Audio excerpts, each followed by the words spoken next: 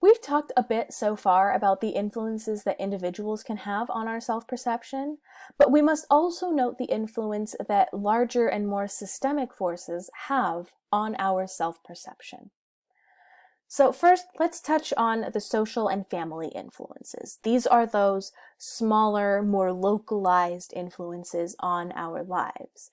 And there are various forces that help to socialize us into our respective social and cultural groups, but our parents and our peers really have a significant impact on how our self-perceptions are shaped in both positive and negative ways, as we've seen. So that feedback that we get from significant others, that looking glass self, can lead to positive and negative views of ourself. And these significant others include our family, our parents, and our peers. But zooming out a little bit, our culture and the media that we consume also have a really significant impact on the way that we perceive ourselves. So how people perceive themselves varies across cultures. But generally speaking, our culture has an impact on the way that we perceive ourselves. One example of this is the difference between individualistic cultures and collectivistic cultures. We'll talk more about this in more detail in a different chapter, but for now, people in individualistic cultures are much more likely to engage in competition and to openly praise accomplishments than people in collectivistic cultures are. And so, if we are someone who comes from an individualistic culture, we are much more likely to self-enhance and to brag about our accomplishments than we would be if we were from a collectivistic culture. So that has an impact on the way that we perceive ourselves. But in addition to the larger sort of flows of culture, our race and our gender also play a role in self-perception, right? We see ourselves through the ways that others see us.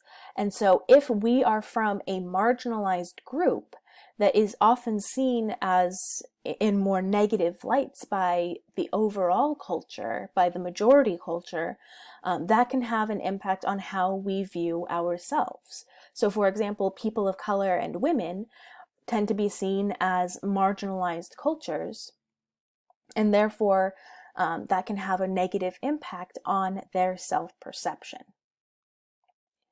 In addition, the media has a significant influence on our self-perception.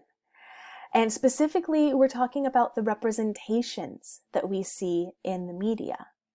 The vast majority of media images include idealized representations of attractiveness. And many of us continue to hold ourselves to a really unrealistic standard of beauty because these are really narrow representations, right?